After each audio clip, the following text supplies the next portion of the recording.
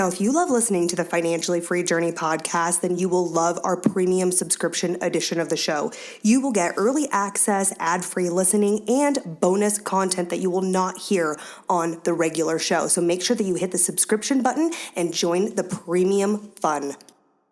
And now a word from our sponsor. Today's episode is presented by Early Bird. Now, Early Bird is the simplest way for parents, family, and friends to collectively invest in a child's financial future, starting at the earliest age. Early Bird's mobile app empowers parents and families to start saving for their child's financial future in a matter of minutes, while activating a child's broader community to gift contributions on birthdays, holidays, and really any occasion. We're teaming up with Early Bird to give our listeners a free $15 investment to gift to a child that you love. So you just have to go to partners.getearlybird.io/podcast, and I will link that in the show notes. You're going to download the app and create an account today. Early Bird will help you build the nest and invest in the children's lives that you love. I am back at it with some money saving tips for you guys. Today I want to talk to you about Honey. Honey is an online extension to your browser that automatically finds the best deals and coupons on the internet. They have thousands of companies that they find coupons for. They scour the internet for you. So no more manually searching for coupons or the best deals. Honey will do it for you. And get this, Honey is a free extension that you add onto your browser. I will go ahead and add the link to the show notes. So go ahead and click on that link and you can upload Honey and start saving today.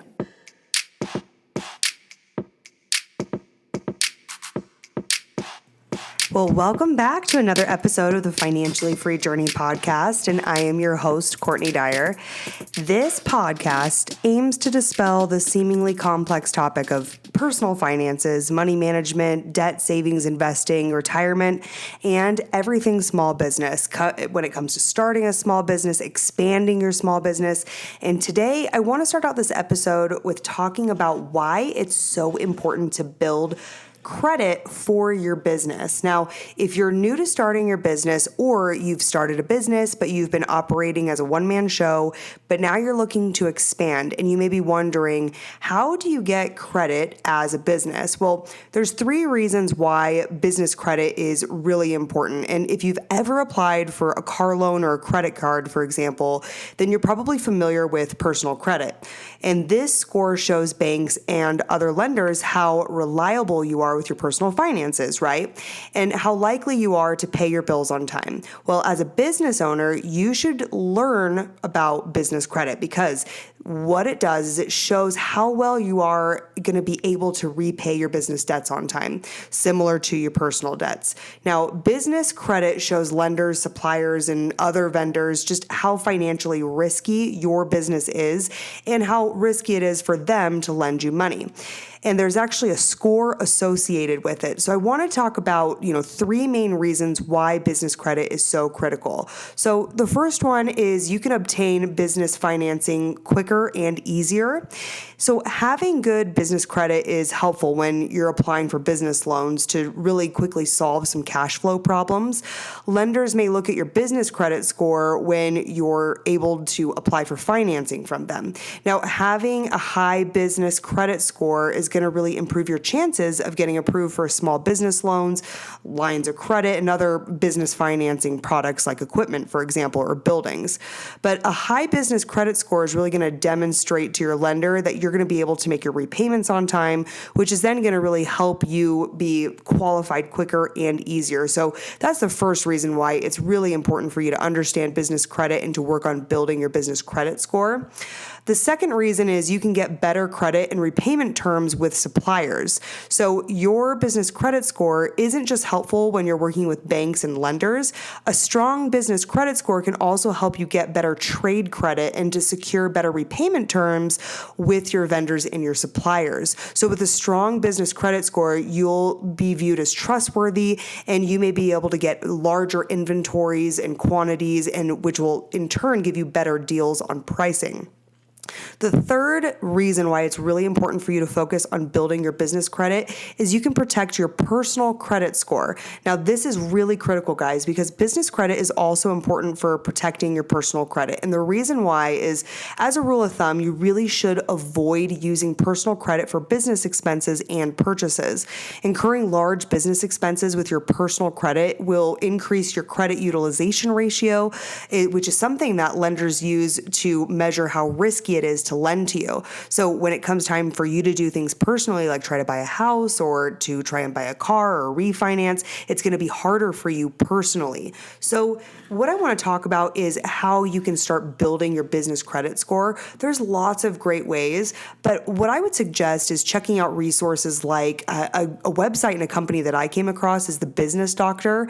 And it's actually, the website is thebusinessdoctor.us. And what they do is they provide businesses with the opportunity to really build business credit to make them more attractive to private lenders. So this is another great alternative to help you build that business credit and to be able to obtain that lending that you really need. And it's going to enable businesses to be able to secure the cash that traditionally banks may refuse right offhand, because it does take time to be able to get business credit. Typically speaking, you need 2 full years of, positive cash flow from your business to be able to obtain a loan from a traditional bank, for your business. So when you're looking at, an alternative, something like the Business Doctor, when they help you really obtain those loans from private lenders, this is a great option. So I would definitely suggest checking that out, because I get tons of questions, tons of direct messages on Instagram or emails from you guys saying, I want to expand my business, but I'm not really sure how, because I don't have the capital to be able to cash flow expanding, going into a bigger building, or be able to order that inventory that you're looking for. So this is a great way to do that. And something that's really important is they offer 12 business funding programs. So regardless of what type of business you have, they really are able to help you solve for that, which I love. And I really want to reiterate that keeping your business credit and your personal credit is really critical to keep separate. And so I wanted to touch on that today because I had received probably over 50 messages about business credit in particular. And I thought I need to do some research on some really good options for you guys. And the best one that I came across to help you right off the bat is the Business Doctor. So definitely check it out. I'll link it in the show notes as well. But with that, I wanted to tell you a little bit about the guest that I have coming on. His name is Chris Felton, and he's a business expert. He is a money expert. He has tons of industry experience, and we had a really great conversation, and he shares some really great, as you know, I love actionable tips to help you make change in your finances today, to help you on that journey that we're all on right now, trying to get you from point A to point B. So with that, I hope you guys enjoy my interview with Chris Felton. Welcome, guys. I have an amazing guest. His name's Chris Felton, and he is a best-selling author, a personal finance expert, and a professional speaker. Guys, he's done it all. He's got tons of accolades.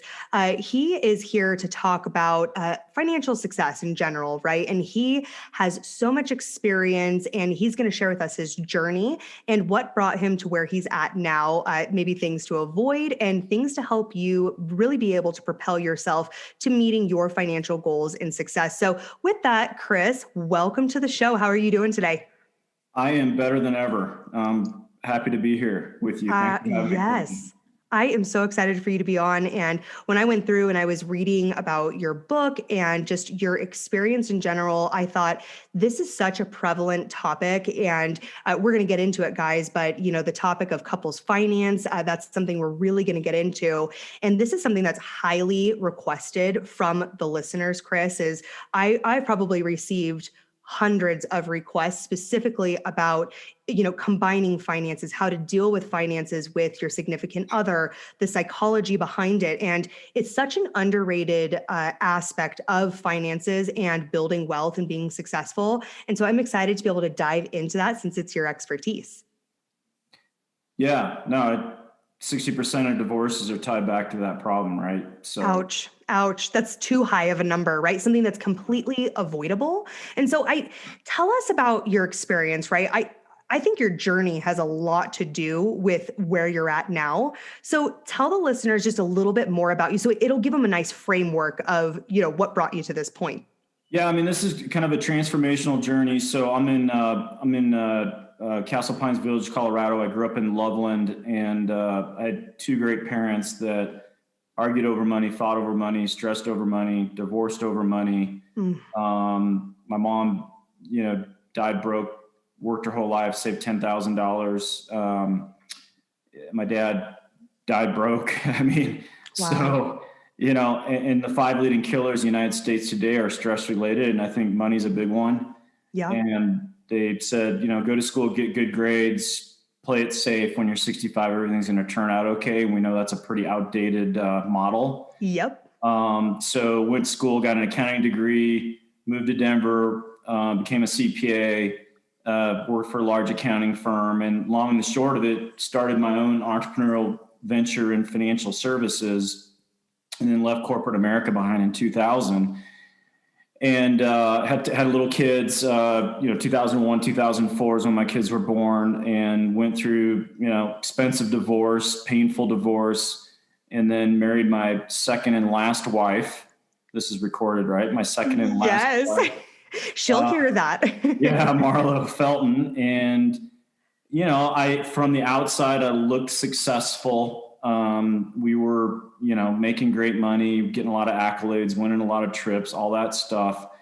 I was a legend in my own mind. Right? Of course, you better be in your own mind first, right? Yeah. And so, but we got married, and we didn't merge the finances. I didn't want to merge the finances because of a divorce, because of some really stupid decisions. I'm an entrepreneur, signed horrible leases, was blowing money right and left. I had accumulated $250,000. That's $250,000 of unsecured debt. Oh, unsecured debt. Wow, Chris. Yes. And it's 2008. We're entering the Great Recession. I'm in financial services. We're leaking money. I'm using like credit card checks, right? Oh, no. Yeah. Nasty, right? And I am a financial advisor and a CPA. Okay. Well, wow. I mean, you're throwing yourself under the bus here. Yeah. Well, it's just, if a CPA and a financial advisor doesn't understand how money works, how about everybody else, right? Yeah. Great point. And 96% of Americans retire broke. So anyway, so Marlo's trying to figure out, what's going on, and hey, when are we going to sit down and have the conversation? And I just kept avoiding it. And there's a larger, grander story when we do our keynotes around. It's pretty fun how we recreate the disaster.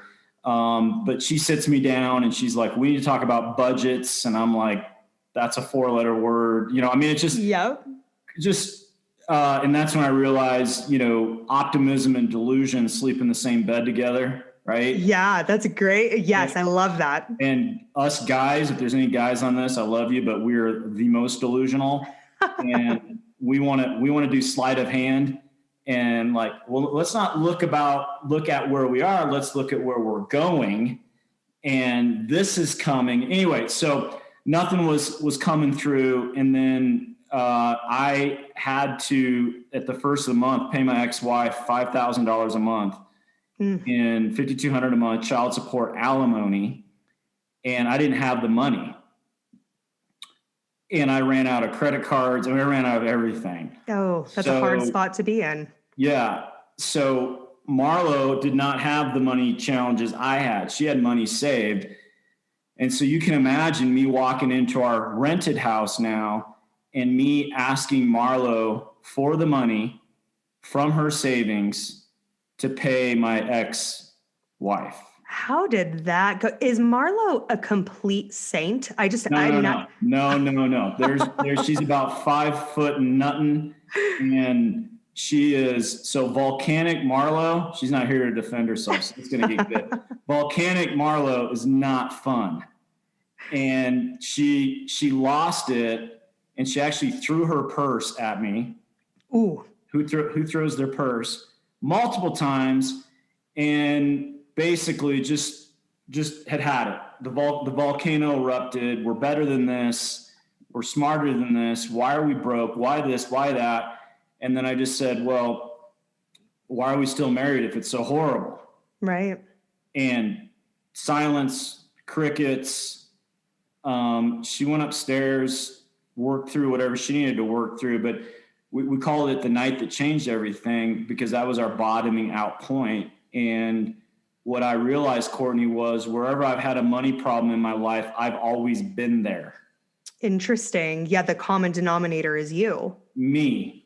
And I just said, holy crap. I created a total God moment. I'm like, I created all this. Yeah. And it was the first time in my life I took 100% responsibility. It wasn't my wife's fault. It wasn't my ex-wife's fault. It wasn't the economy. It wasn't the Great Reset. It wasn't any of that stuff.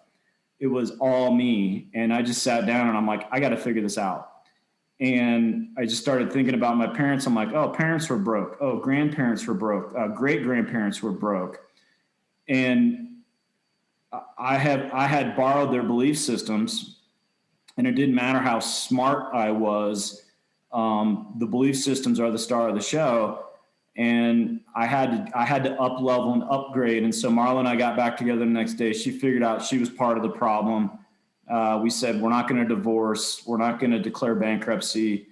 And so she got on planes, trains, and automobiles for 2 years, found, and we can define what world-class wealthy couples are later, but she found the best of the best couples that had wealth in all areas of their life. She came back.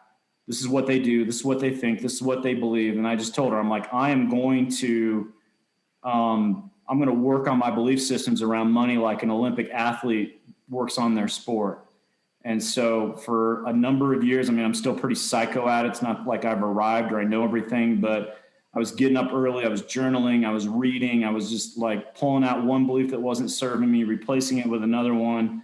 Affirmations, visualizations, coaching. I mean, different technologies. I mean, I just got obsessed with not being a victim to money. And what happened to us is we had a massive financial transformation and, are living an amazing dream life because we did the work. And that's really my message when I speak is you got to do the work. But the work is worth every second that you put in, because a lot of people try to negotiate in their mind about, is this worth it? Is it not worth it? It's worth it. And if you're going to get financially, I love the name of your podcast. If you're going to get financially free, you got to start thinking like a financially free person. And if you don't understand how a financially free person thinks, you better figure it out and start replicating it. So that's the gist. Well, I want to dive in because there's so much to unpack there, because it sounds like with your background and Marlo's background in regards to your mindset with money was very different, right? And so even though you had very different mindsets, it seemed like she had been more prudent with savings, there was still this issue. And a lot of people underestimate the critical behavior of integrating finances with your significant other. And there's so many different ways that you can do it, right? You can do full integration. You can still have separate, spending, or you can, split bills, whatever it may be. But talking it through and understanding the psychology and how your partner feels and thinks about money, it's going to play a huge role in your overall relationship and happiness, right? It's going to leak into all aspects of your life. And so, when I was reading through your work and what you and Marlo do, I mean, it looks like you guys have helped thousands of couples over the years just improve their finances and their way of life in general. So how can couples improve their financial situation and really just the quality of their relationship? Like, what's some tips you can share? Yeah, I mean, I think, obviously our book, at the end of each kind of little mini chapter, it's a pretty easy read. There are instructions in there, like the conversations that you need to have, right? See, we love actionable. So we love conversation. So the book has that. So that's fantastic. Yeah. And what you need to understand is, and I'll probably reference other books. There's some phenomenal books to get and read, but there's a book out there called Tapping into Wealth written by a lady named Margaret Lynch. And if you've ever heard of emotional freedom technique and tapping and some really cool techniques on what you can do using different technologies to release and change your money story, right? And so her quote in there, even if you don't buy into that, even though it does work, from a wealth standpoint, it's one of the best wealth books ever created. But she says in there, your biggest determining factor of your financial success is the vows that you made to gain acceptance into your family at a young age. Interesting. And so the way our conscious mind, our subconscious mind works, right? Your belief systems, 95% of your show is in your subconscious, right? Absolutely.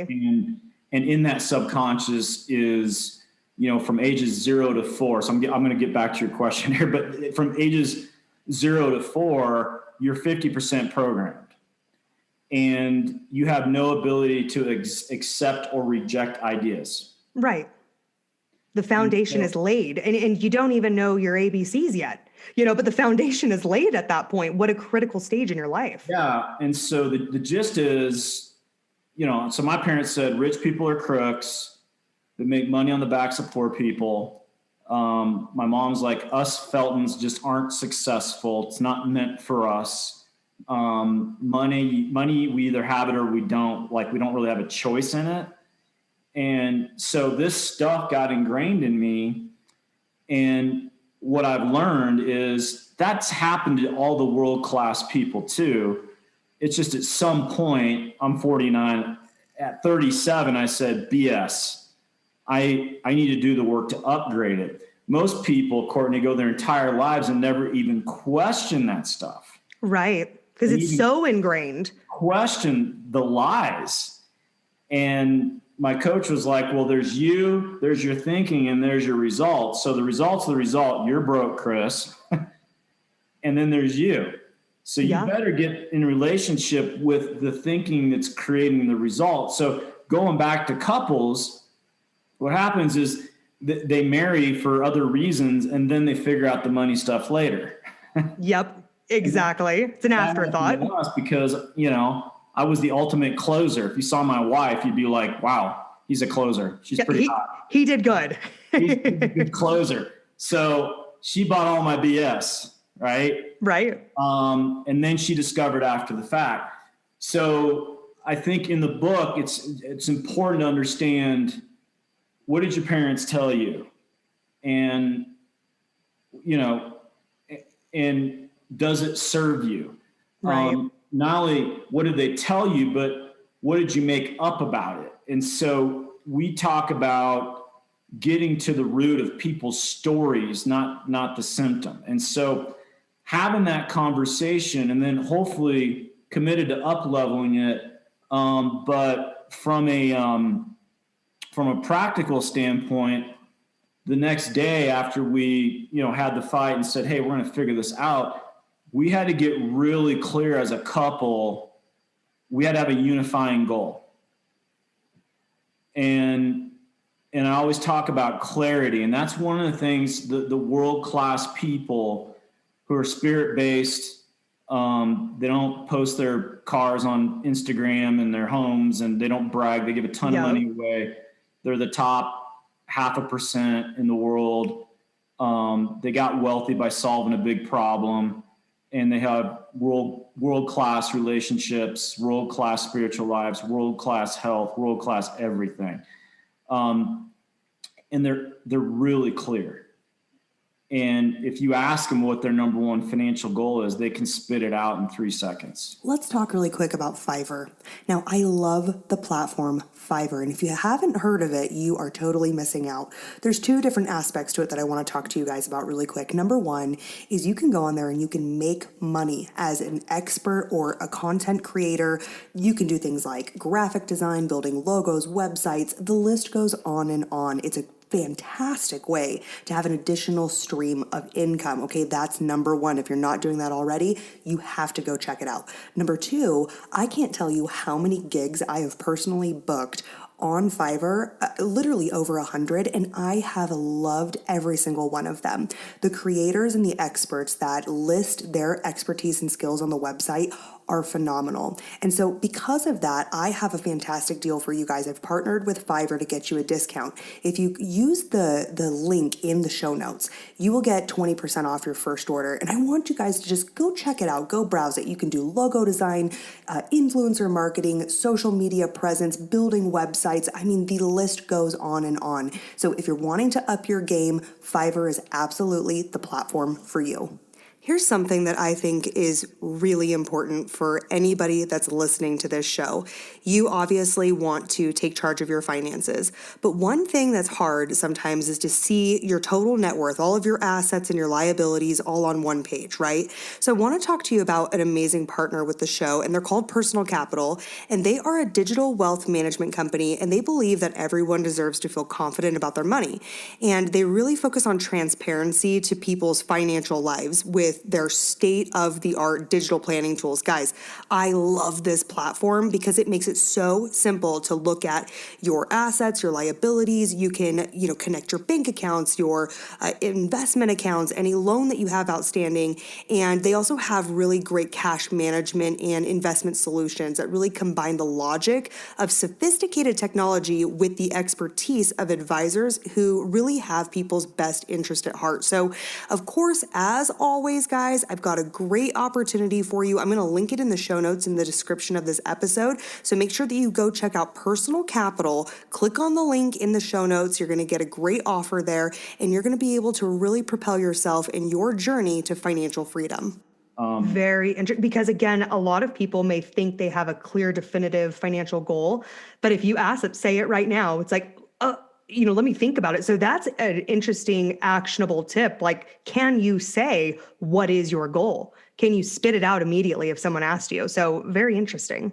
Yeah. And so, because I've been fortunate in my career to be around ultra wealthy mentors, and they're like, what are you aiming for? And I was like, well, money and so I'm looking for all the fixes and the how-tos, but like my GPS system's not even, it's broken, not even dialed in. Yeah. And I had a mentor, he left for 3 years on a mission. And he said, what are you aiming for? I'm like, well, financial independence. And he's like, well, what does that look like? I've said, well, it's this size of business. It's this amount of recurring income. It's this size of net worth. It's this size of income. And I spit it out, right? And he said, why? I'm like, I don't want to ever have another stressful financial conversation with my wife ever again. I can't teach something that I'm not living. I want to show my kids by example how to have an unrestricted life. I want to give a ton of money away. I want to become a world-class philanthropist. Anyway, I just started hitting him. Yeah. And he said, when I come back, I know you'll crush that. And it doesn't make me smart, because I'm not. It doesn't make me better than, but I'm just really clear. And so Marla and I sat down and I said, what would make you feel better? She said, 100,000 saved. Very clear, very defined. And I'm like, yeah. You're like, okay, we've got some steps to take to get there. But then, and then what we found is world-class people. So middle class thinks goal setting is logical. The world class knows that goal setting is emotional. Yes. And I said, why? She's like, the stress kills me. And she's like, my body, it's just, so her stress, I hadn't seen my kids in a year. They were little. I want to help and serve people. Well, if I can't figure out this conversation, how can I help? Become the best version of me. Anyway, so we just sat down and we got really, really clear. And then we chunked that thing down. Step by step. How do you eat an elephant? One bite at a time, right?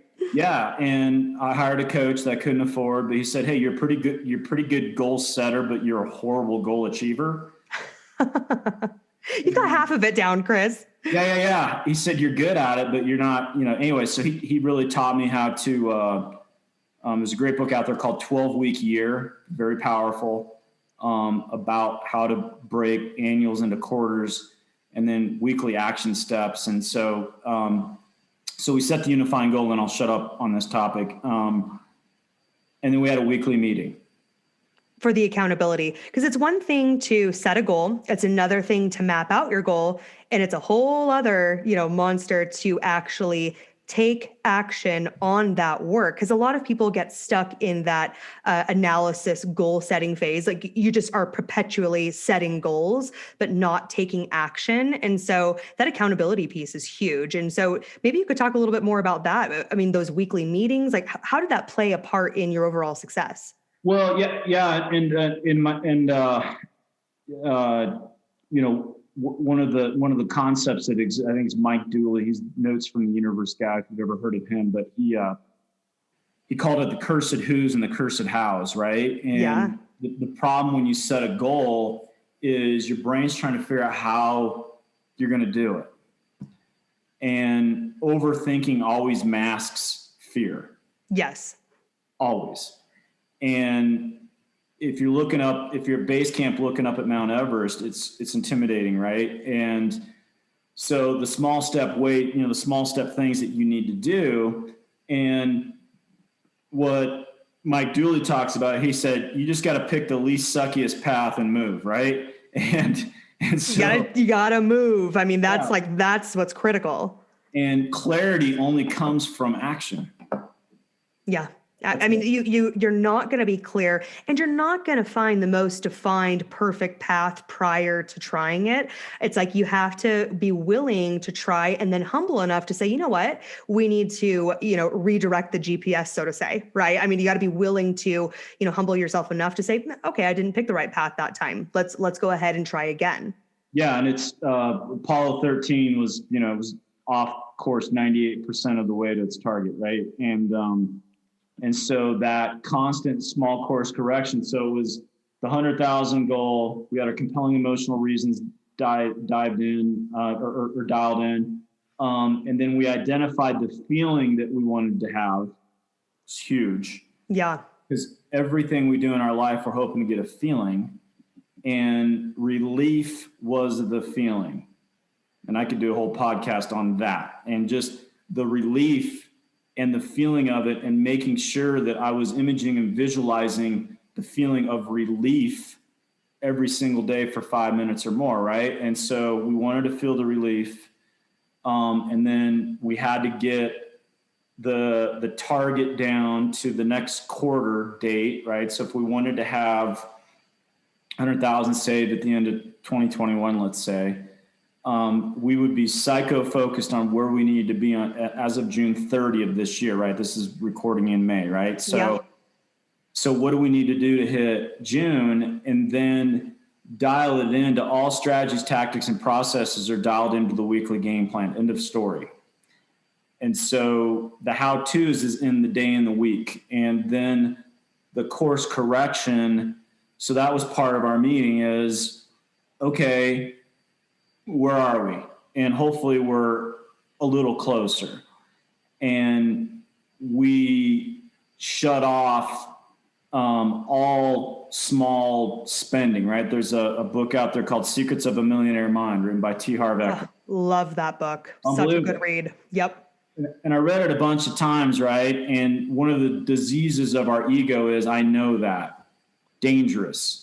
Anytime you hear that come out of your mouth, you might want to do a check-in, right? A little look in the mirror and say, okay, am I letting my ego control this situation in the narrative, right? Yeah. And the first time I hired my coach, he's like, well, you need to save money. I'm like, I know that. And then he he's like, there's going to be a smoking crater where you once stood, buddy. Yeah. I'll know when you're living it. And so I got to beginner's mind. I acted like I didn't know anything. I start reading T. Harv Eker's book, and he said, until you start managing the money that you have now well, you're not going to see anymore. Now, whether you believe that or not, I believed it. Yes. And so I just started understanding that success is the compounding of small things over an extended period of time. And not Marlo, but me, I was literally losing the money game $5 and $10 at a time. And once I started not having the coffee, not eating out, and we can talk about how to have fun maybe in a bit, but and it's possible to do both. But once I started cutting that out, and then what we learned from our world-class people in our book is once I valued money and I had a healthy respect for money, that's when things started changing. So when we started cutting these little small leaks, and I changed my mindset from, well, it's too small, it's not going to make a difference, to we're either moving moment by moment closer to that goal or further away. Yes, every dollar spent is either moving you in a positive or a negative direction. So which one, are you doing?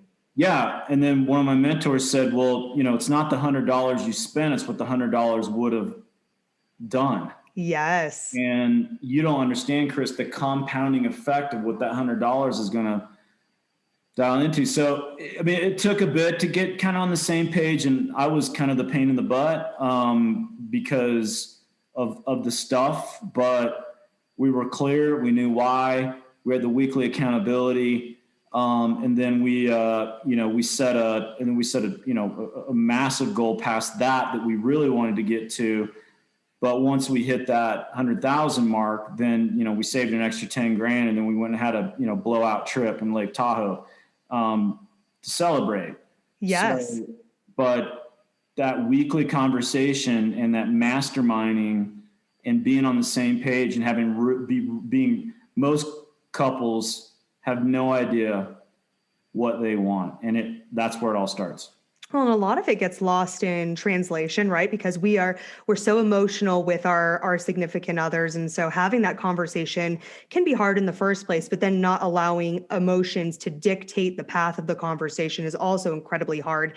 And I want to touch back on something you had mentioned. You had said you have to get really good with the money you have now in order to be good with any money in the future. And it just, for an illustration for the listeners, it's like, let's say you have a $50,000 salary and you're broke. If you had $1 million salary, you'd still be broke because it comes back to your spending habits. The answer is not always more income. The answer is, how am I spending the money that I have? When there's a will, there is a way. And so many times I've helped thousands of people with their money. And it's so surprising. People that say, no, I am completely broke. I have zero room for savings or for retirement. I can't even contribute to a 401k. And, we go through their spending and it's like, oh, you know what? You have a subscription to a gym you don't use. You have 3 subscription services to, streaming on, Netflix and Hulu and whatever.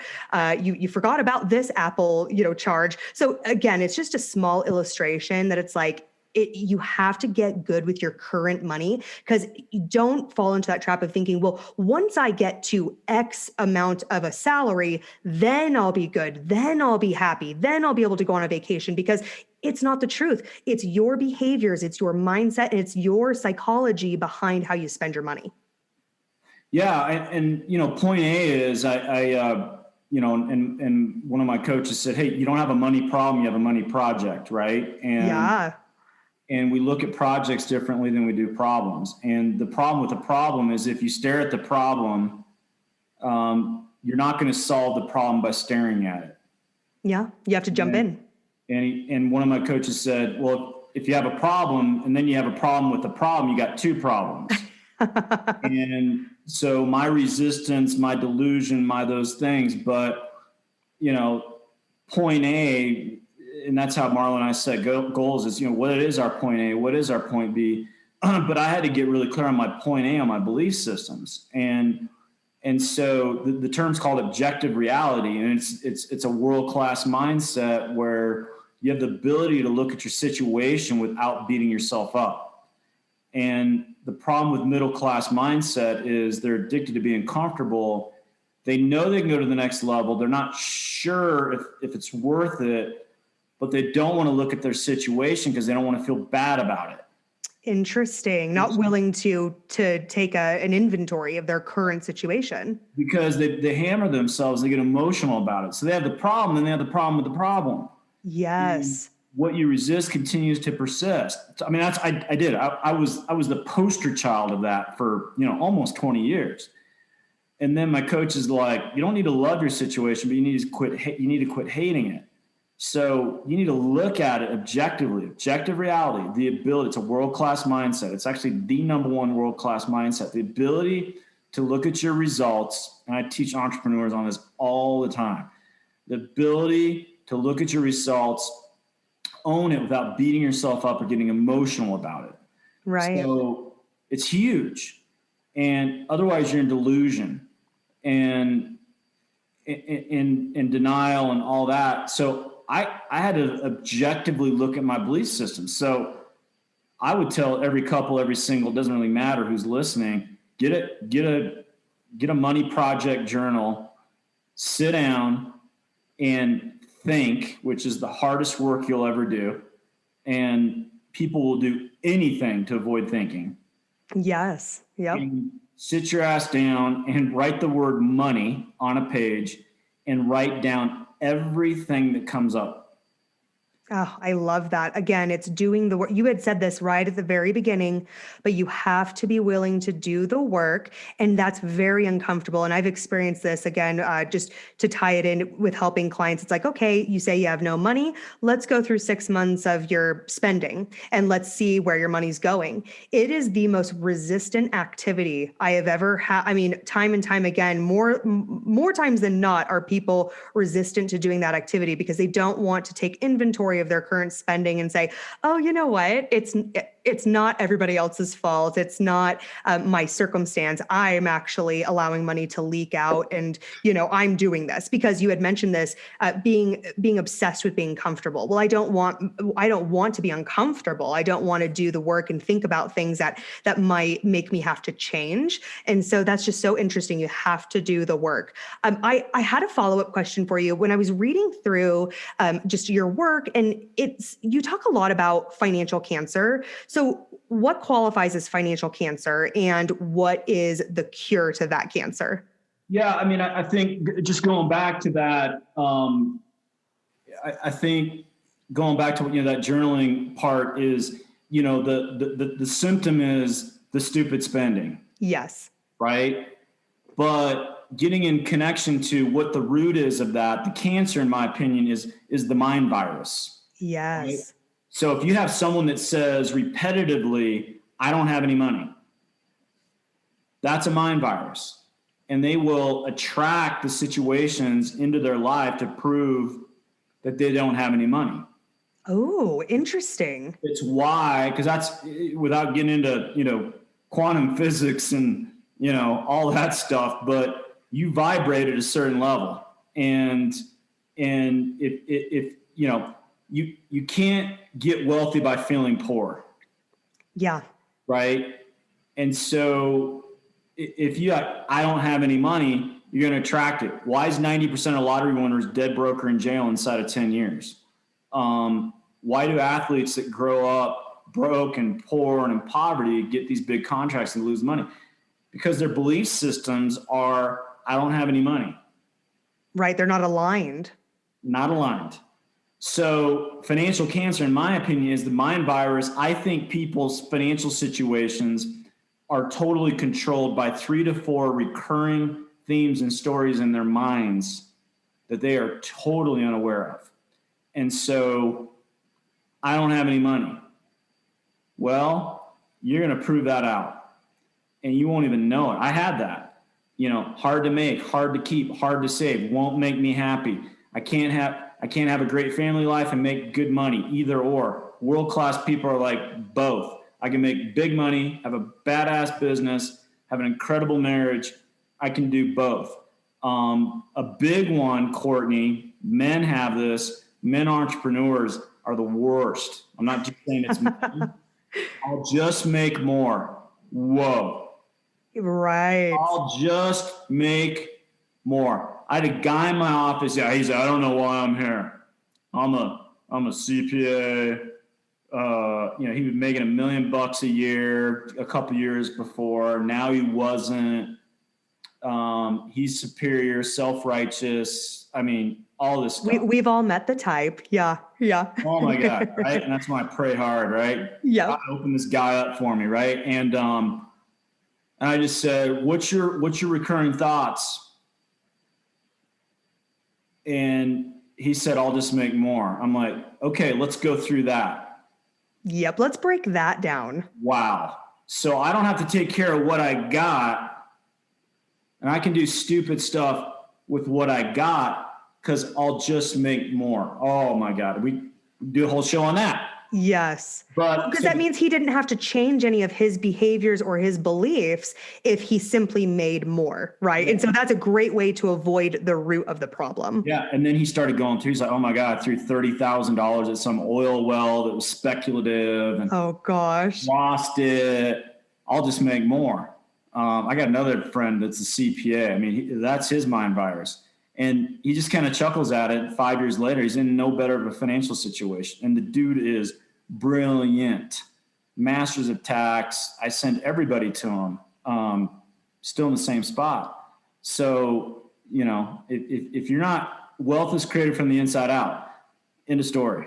And if you don't do the inside work, the outside world is not going to change. Well, what I love about the examples that you're giving too is being broke, it knows no boundaries. And there's this misconception that I had mentioned this earlier, like you make $1 million a year, well, you're rich. But if your outgoing expenses are $1 million a year, you are broke. And so you can be a professional, like a CPA, you can be an athlete, or you can, you know, have a blue collar job, and it knows no bounds. And so your economic background, what you came from, a lot of it's not like this definitive group of people where, it only affects them, right? I mean, you can be a professional making great money and you can still be broke. And I want to make sure that that's really emphasized for the people listening, because this is, you know, you can look at your friends and they can drive a BMW and they can have this huge house and they're going on vacations, but you look at their bank account, it's like they're leveraged to the max. So, you know, that's another thing is really don't think, I'm the only one with this problem. More people have this problem than not.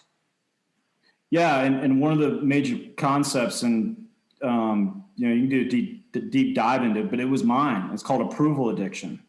And it's huge. And one of my business partners, a guy named Steve Siebold, if you Google him, he's written some of the best mental toughness books, some of the best mentality books. He's written a book called How Rich People Think.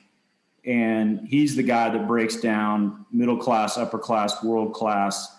And he goes through a whole book of middle class thinking on money, world class thinking on money. It's super powerful. And wrote a book called Secrets that Self-Made Millionaires Teach Their Kids. Oh, phenomenal. He's amazing. Steve Siebold, Siebold. I think I sell more of his books than he does, but you're just out here promoting. You're like, look, he's a master, guys. He's absolutely amazing because he's got the longest running study of the self-made millionaires, billionaires. He's interviewed 1,300 of us over the last 25, 30 years and has created all the material around it. So understanding, really how the world-class people think, and understanding that beliefs are the star of the show, and absolutely better get a connection to what that is. Or you could rearrange the furniture on the deck of the Titanic. I tried that for about 15 years, but it's still going to sink, and there's not enough lifeboats, people. Right. So, it's going to the root cause. Before we end, because we're coming up on our time, I really want to make sure I get this from you. You became financially independent in 5 years. And we talked about, you dug yourself out of a major hole, and, you've now become highly successful, financially independent, wealthy. What is the number one tip that you can give the listeners who want to achieve what you have? Like they could walk away today and say, I'm going to do that right now. Yeah, I think number one is you got to be really clear. And if you want to be financially free, you better have it defined. So maybe a couple of things here, but you got to be really clear about why, what it is, and why. And then the ability to game plan and chunk that thing down and execute your plan and course correct. That's the how-to. Probably my biggest secret is a consistent morning routine. And you got to get up, and, imaging and visualization is powerful. You have to hand to your subconscious mind what it is you're going after. So, so the saving of the money, the saving of the 100,000, visualizing and seeing, that in my bank. And, we set some other big goals after that. And every time we hit that goal, I'm like, we're going to Pebble Beach. And, I visualized waking up and going to the 18th, green at Pebble Beach, one of the most picturesque things on the planet, and watching the sun come up. People, Courtney, don't understand that what you consistently hand to your subconscious mind with emotion and feeling with just 5 minutes a day, your subconscious is so powerful. It will attract and find and drive and get you aligned, and it's super powerful. So you got to have some morning routine where you're praying, imaging, visualizing, journaling, reading, and doing something, even if it's just 30 minutes a day. If you do 30 minutes a day, it's like 4.5 working weeks over a year of working on you. So I guess the gist is you got to have a focused game plan of growing you, because if you're either growing or dying, the problem with seeking comfort is there's no definition in nature of comfort. And if you're seeking comfort, you're not growing. So therefore you must be what? Dying on the vine. You got to have a game plan to grow you. End of story. And it's worth every freaking second that you put into it. Right. You have to make yourself a priority. Your growth has to be top of mind all the time. And I love that. It's creating visualization. Blah, blah, blah. See, you got me tongue tied. And having a morning routine, being consistent and knowing your why and your how, and then being humble enough to course correct and say that didn't work. I think that is very actionable tips for the listeners. And I'm so inspired. You're such a vivacious person. And I can tell that you genuinely and authentically care about helping people. And you've written an amazing book. Tell the listeners again, what's the name of your book? So Couples Money, website, couplesmoney.com. And there's a book there that we got a 4-week webinar transformation, couple transformation program on there. I got several of our keynote talks, my keynote talks. There's really good resources there. So it's a good website. Yep. Make sure that you check out his website, guys. I will make sure to link it in the show notes. So that way you can just click on it directly and go over, so you don't have to make sure that you wrote that down correct. Chris, is there anywhere else that you would like the listeners to find you? My personal business website is wealthwave.com/Chris Felton. That's a good website. There's a lot of tools out there on financial literacy. My partner, Steve Siebold, wrote a book, and Courtney, I can send you one if you want. Yes. Called How Money Works, Stop Being a Sucker. Yes. Stop being a sucker. It was written pre-pandemic. And the quote in that book, it came out November 19th, said the number one economic problem in the world is the fact that people are financially illiterate. Yes. And then I was like, really? And then the pandemic hit, and I was like, yep, they were right about that. And it became the number one selling financial book of all of 2020. Wow. So howmoneyworks.com/Chris Felton too. You guys can go there, request a book. I'll send it to you complimentary. They did 130 media appearances in the last 15 months, which if you've written a book, that's a lot. The book you could read an hour and a half. It's got pictures and colors and characters. And so we'll stay engaged in the book is what you're saying, right? At the 5th grade level. And the feedback I'm getting from everybody is they learn more about how money works in an hour and a half reading that book than they ever have in their life, because schools don't teach it. Our industry doesn't care to teach you. The less you know, the more they make. And so super, super, super cool resource. So happy. And so anyway, if anybody wants to go out there. They should be able to slide down either wealthwave.com/Chris Felton or howmoneyworks.com/Chris Felton and request a copy, and I'll get one in the mail. So I'm happy to do it. Oh, that's fantastic. Guys, an hour and a half. You can waste an hour and a half easily by scrolling through social media, watching Netflix, binging a show. An hour and a half is worth you going to his website and getting a copy of this book and increasing your awareness and ability to become financially successful and achieve your money goals. So I just want to say thank you again, Chris, for taking the time to come on and share your experience, throwing yourself under the bus and sharing with us how people can really elevate themselves, their money mindset, and become financially independent. So thank you so much for coming on the show. Yeah, Courtney, awesome to talk with you about this, and congrats on your success and doing a show that makes a difference. So thank you. Thank you so much, guys. And if you're not already, of course, make sure you're following us on Instagram, TikTok, all the socials. It's at Financially Free Journey. I post daily tips and motivation to help you achieve your money goals. So with that, have a great day.